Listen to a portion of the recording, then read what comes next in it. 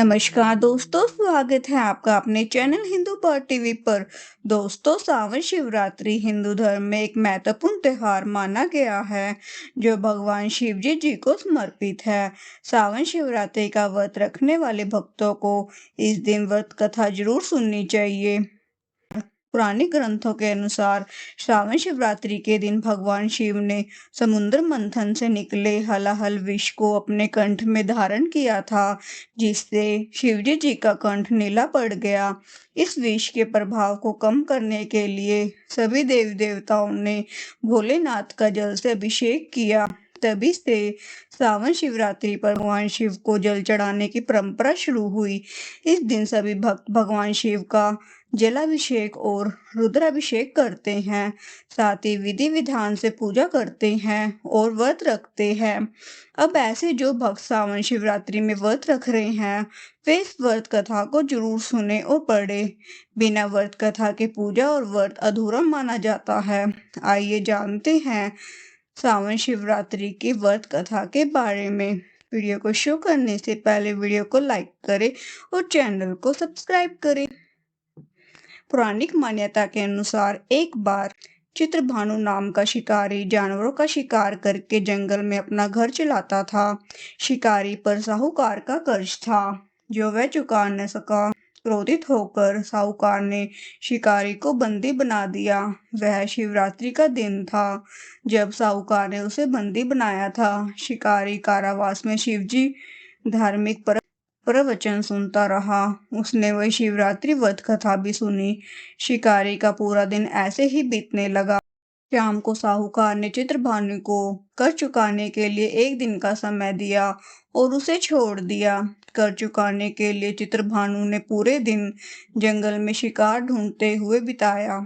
इस तरह शाम निकल गई। रात बीतने का इंतजार करते हुए वह बेल के पत्थर पर चढ़ गया। इसी पेड़ के नीचे शिवलिंग बनाया गया था। शिकारी बिना देखे बेलपत्र तोड़ रहा था जो संयोगवश शिवलिंग पर गिर रहे थे, जिससे उसका व्रत पूरा हुआ। चित्रभानु ने शिकार की तलाश में घूमते हुए तालाब के किनारे गर्भिणी हिरनी को देखा जो पानी पीने आई थी। उसने उसे मारने के लिए धनुष बाण निकाला। हिरनी ने चित्रभानु को देखा और उस शिकारी को बताया कि वह गर्भवती है। आप मेरा शिकार करके 2 लोगों को मार डालेंगे, जो कि यह गलत है। तब हिरनी ने शिकारी से वायदा किया कि जब उसका बच्चा इस दुनिया में जाएगा तो वह खुद आ जाएगी। वह इसके बाद उसका शिकार कर सकता है, लेकिन मुझे अभी जाने दो। शिकारी ने हिरनी की बात को मान लिया और उसे जाने दिया। उसके बाद पेड़ पर चढ़ने के दौरान कुछ और बेलपत्र शिवलिंग पर गिर गए। ऐसे ही चित्रभानु ने अनजाने में ही शिव की पहली पहर की पूजा की। कुछ देर बाद शिकारी ने एक और हिरनी को देखा। शिकारी को उसे देखकर बहुत खुशी हुई और शिकार करने को तैयार हो गया। हिरनी ने कहा, वह अपने प्रेमी को ढूंढ रही है। मैं एक उस्तक हिरनी हूँ। मैं अपने पति से मिलते ही आऊंगी। रात को अंतिम पहर बीत चुका था। इस बार भी चित्रभानु से बेलपत्र टूट गया और शिवलिंग पर गिर गया। इससे भी उसके पहर की पूजा हो गई।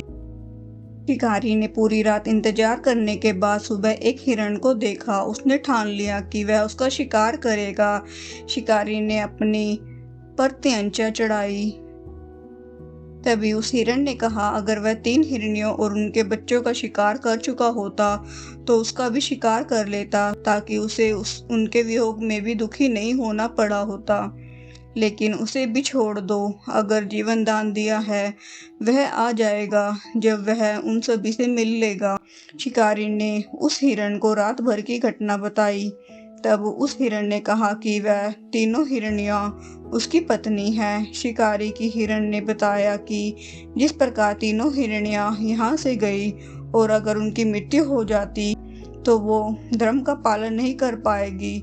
हिरण ने शिकारी से कहा कि जिस तरह उसने विश्वास कर हिरनियों को जाने दिया, उसी तरह उसे भी जाने दो। वह जल्द ही पूरे परिवार के साथ शिकारी के सामने आ जाएगा। पूरी घटना के द्वारा शिकारी ने जाने अनजाने में सही व्रत, रात्रि जागरण और शिवलिंग पर बेलपत्र चढ़ने से उसके हृदय को शांति मिली और उसने धनुष छोड़कर हिरण को छोड़ दिया। थोड़ी देर में एक मृग शिकारी के सामने आ गया, लेकिन जंगली पशुओं को प्रेम देखकर शिकारी को बहुत ग्लानि हुई।